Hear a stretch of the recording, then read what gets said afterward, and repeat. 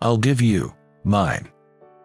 After a night of heavy drinking at the club social, my junior, who'd missed the last train, made this suggestion to me. To be honest, the proposal was tempting. I wanted it so bad I could taste it. She dangled it right in front of me. It would be impossible not to get excited. I lost all sense of reason to her offer. My name's John. I'm a junior in college, just your average guy, or at least that's what I pretend to be. Ever since I was young, I've been a huge fan of video games and comics, what you'd call a geek, especially hooked on this one particular game. I'm so into it that I even have its action figures on display. It's a famous RPG series abroad, and I've played all the way up to its 14th title. I particularly love the 7th title, to the point where I have every character's figure displayed on my shelves. But out of all, there's this one heroine, a graceful lady skilled in martial arts, who might as well be my first love. I'm head over heels for her. But my obsession means I've bought not only her figures but keychains, posters, and even a body pillow. To outsiders, I'm probably just another creepy geek. I'm definitely one. I know that. That's why I tried to blend in at college, making some friends, engaging in some social activities. I'm worried that I'll be suspected of being a geek if I don't join a circle and go home immediately. By the way, the main reason I'm so cautious about revealing my geeky side is because of a past experience where I was dumped and ostracized after being outed as a geek. John, you're such a geeky gamer. Get real. Those words from my ex-girlfriend still haunt me. Why does everyone think geeks can't face reality? I believe it's wonderful to appreciate and support what or who you love, even while acknowledging reality. But society can be tough on geeks, so I pretend to be just another college student. The club I joined is a fashion and craft club. It's mainly focused on creating clothes and accessories. It might sound girly, but surprisingly, there are a lot of guys. I joined because I wanted to make clothes for my favorite plush toys. Most members prefer to work quietly, which suits me. That's what I thought. Then, my peaceful routine was disrupted by a new member. I first noticed that junior when I was in my junior year. A new girl joined our club. Her name was Madison. Madison was as cute as her name suggests, with a ponytail that suited her so well. And she had quite the figure. You know the term bombshell? Well, that was her. She had a large bust, a toned stomach, and a big behind. She resembled the character I adore in terms of physique, although their hairstyles were different. If that character existed in real life, she would have probably looked like Madison. That's why I was sort of interested in her, but unfortunately, her personality was very different. While my favorite character is somewhat feisty, Madison is many times more so. She might be what some call she's hot and cold, but to me, she only has the cold part and none of the hot. You're making clothes for stuffed animals again, huh? Why don't you add more frills or something? I don't need frills. It doesn't suit this type of stuffed animal. It's not about what suits or doesn't, isn't it, just because you're bad at adding frills? She always teases me like this. I could tolerate just that, but she seems to be a pretty active woman, always planning various events, like socials or outings. I've declined all of them, but surprisingly, many people attended. Because of her initiatives, she's become the center of attention in our club. It's surprising how well she gets along with people, even though she has this kind of vibe. But observing closely, Madison seems to get along pretty well with other guys. She'd laugh, compliment, and even crack jokes with them. But not with me. With me, it feels more like she's mocking or pointing out my mistakes. The way she acts around me is so different from others that I can't help but feel she dislikes me. If she didn't like me, I'd prefer she keep her distance, but she keeps getting involved. I especially tried to avoid their socials because I knew it would be even worse. You'll come to the next gathering, right? No, I'm not going to. It's close to your place and I've even counted you in for the reservation. Please come. She forced me on the spot with that. I was taken aback by this. If the reserved number of people don't show up, the restaurant's food will go to waste. It's a hassle for the restaurant staff, and the attendees were expecting me to come, so backing out now seemed almost impossible. Sighing, I reluctantly decided to attend the gathering. As expected, when I went to the gathering, I just sat at a corner table sipping on my drink, watching everyone else having a blast. Right in the middle of the yapping was Madison, and she looked somewhat endearing when she was caught up in the fun. But she's the polar opposite of the kind of character I like. I can't help but wish, maybe if she was a bit more demure. I guess that's why my ex-girlfriend used to tell me I'm out of touch with reality. But daydreams are just daydreams. I don't let them affect my real life. Lost in such self-justifying thoughts, time flew by, and I mean really flew. I had missed the last train. But it wasn't just me who missed it. It was Madison too. Turns out, the train connections to her house weren't great. She checked the schedule, thinking she had enough time, only to find out that there were no more trains. Oh man, I forgot about the transfer because this wasn't my usual station. Madison, well, she might seem all put together, but she has her moments of absent-mindedness. Every now and then, she makes silly mistakes. I've seen her mix up thread colors on her sewing machine, but missing the last train. That really hurts. Around this station, there aren't many hotels, and taking a cab to where there's one would certainly hurt the wallet. Also, I used to live in an apartment far from the university because the rent was cheaper. Meaning, around my place, Madison didn't have any friends, no one to take her in for the night. Hey, you live nearby, right? Can I crash at your place? Sure enough, Madison came up with that request. No way. And I immediately shut her down. I really don't want her finding out I'm a geek. Beyond that, letting a woman into my room makes me think twice.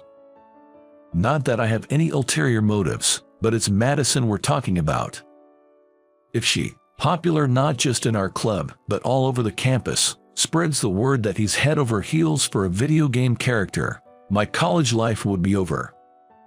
With no other option, I, who wasn't that drunk yet, tried to find a hotel with vacancies, but they were all booked. Why does it always happen like this? I thought, weighing my options. Do I risk exposing my geeky side and let her stay, or do I leave her be? Actually, there wasn't a choice. Madison is beautiful. And I can't just leave her out here, intoxicated as she is.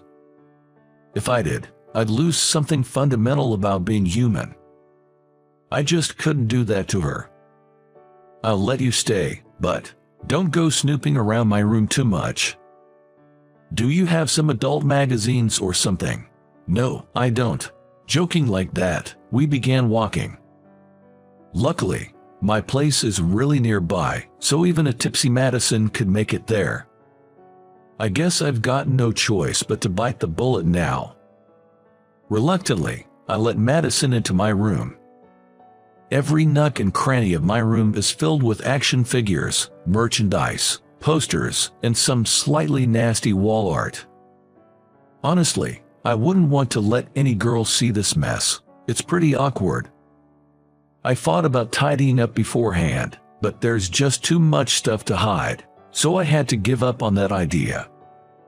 I was certain Madison would mock me, saying things like, "You've got so many girl action figures, it's kinda creepy," or "Oh wow, so making outfits for plush toys was your hobby, huh?"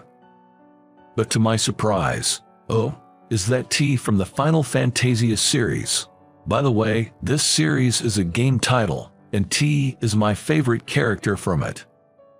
Wait, you know it? I don't just know it, I absolutely love it. especially Final Fantasy VII. Oh my, you have the main character's action figure too. I adore this character. Madison's eyes were shining like I'd never seen before. Those eyes, they were definitely the eyes of a geek. I knew because I'm one of them too. And she seemed to be quite the hardcore fan. I missed out on that figure in the draw. I'm so jealous you have it. I just got lucky. The odds were really against me. Wait, Madison, you're a geek too. I was taken aback by the surprising side of her. She blushed and hesitated a bit. Yeah, I am. But you know, nobody around me plays games, and I can't really talk geek stuff with non-gamers, so I kept it to myself. It's nice to find someone with the same interests. Where did that usual cheeky Madison go? Seeing her slightly embarrassed smile was quite the contrast. I'm not into hot-cold personality, but there's something about that gap in personality. As I was lost in thought, Madison began looking around my room. This poster of T is so cute, and you have so many cool merchandise, but there's one thing that's a bit disappointing. She was excitedly looking around my room when suddenly, her eyes fixed on me with a stern look. Did I do something? I thought, tilting my head. Madison then pointed at my figure shelf with a snap. The way you've arranged these figures is so messy. We can't see the T in the back. To be called out for my figure layout was unexpected, and I was left dumbfounded. Truth be told, I don't really have a knack for displaying figures. I just kind of placed them there. I didn't expect Madison to critique it. You should use a stand to elevate them like this. Oh, really? Yes. It's such a waste when you have all these cute figures and they are not displayed properly. Madison pouted as she said this, and her expression looked so much like T's that I couldn't help but laugh. Why are you laughing? It's just, you kind of looked like T just now. Really? Yay. I love T because she's so cute, so that's a huge compliment. Madison's genuine excitement was quite adorable. I often wished she was like this all the time, but apparently, when she gets as excited as she was today, she tends to speak fast or gets carried away with the conversation, so she usually tries to control her tone. Actually, I've always thought the clothes you make for the plushies would look cute on a T plushie. I was being careful not to sound too geeky, but it ended up sounding harsh. I'm sorry. It seems she was trying to be considerate in her own way, and it wasn't that she disliked me. Knowing this put me at ease, and I felt we could become good friends from now on.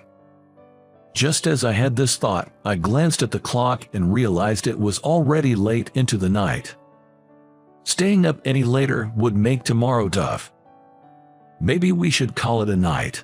Yeah. Oh wait, isn't today the announcement for the limited T figure draw? Madison's reminder brought it back to my mind. The results for the exclusive figure draw were due at midnight. It seems Madison had entered the draw as well, so we both checked our emails. And the result was, I didn't win. What a bummer. Frustrated, I slammed my fist on the floor. I really wanted that figure, but if you don't win the draw, you can't even buy it. I definitely don't want to buy it from a scalper, so I guess I have to wait for another chance. As these thoughts filled my head, Madison said, I actually won. Seeing my despair, Madison whispered, looking somewhat apologetic. Wait, what? I couldn't help but stare at the email she showed me. The email confirmed her win. Why did she win, and not me? It's not like I love T any less. A pathetic sense of jealousy welled up within me, and I didn't know where to look. Because if I look at Madison now, I might end up giving her a weird, envious stare. John. What? If you want, I can give you my winning ticket. Wait, what? I ended up repeating myself, but I eagerly asked Madison about her offer. Madison replied with a smile. You should be the one to get it since you're a bigger fan of T. Plus, consider it a thank you for letting me stay over. Are you serious? Thank you. Please let me have it. I felt as if an angel had descended upon me and was so grateful to Madison. Being a fan without many like-minded friends, I rarely get such help. In my overwhelming emotion, I even got on my knees to thank her right then and there. I was so thrilled about getting the T figure that I couldn't contain my excitement. Seeing me like that, Madison laughed and said, "But there's a catch. A catch. Come with me to the next Final Fantasia event."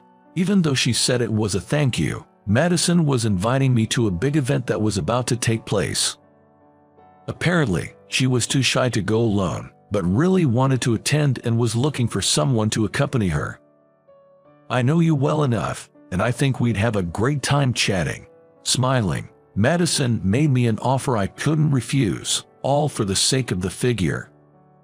Over the next few months, my relationship with Madison underwent a drastic change.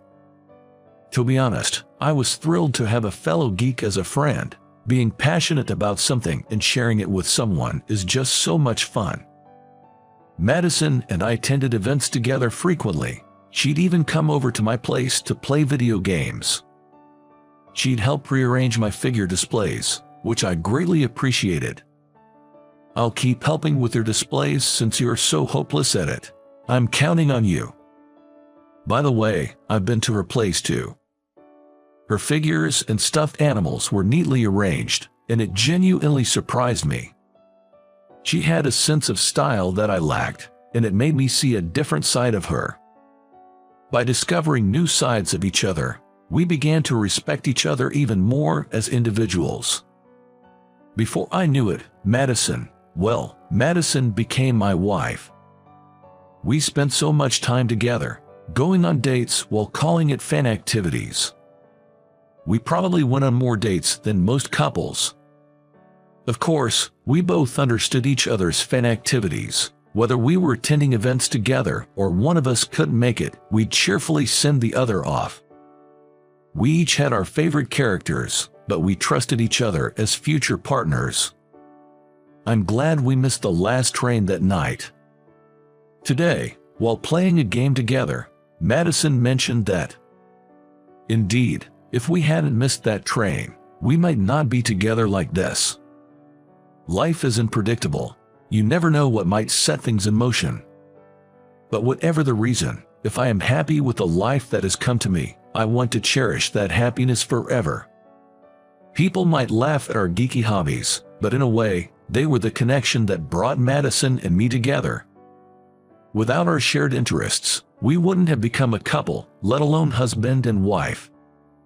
That's what I now wear my hobbies with pride.